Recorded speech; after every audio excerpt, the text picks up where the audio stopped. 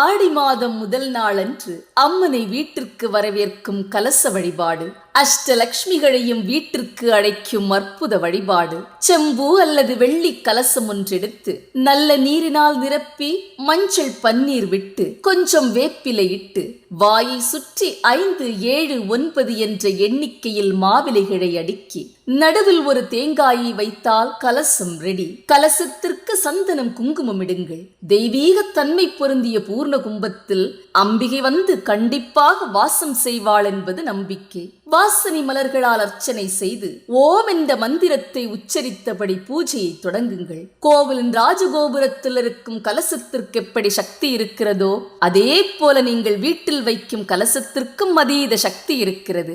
மனிதன் நிர்வாணத்தை மறைக்க எப்படி ஆடை அணிகிறானோ அதே போலவே கலசத்திற்கு ஆடையாக நூலை சுற்றுவது தனி சிறப்பு.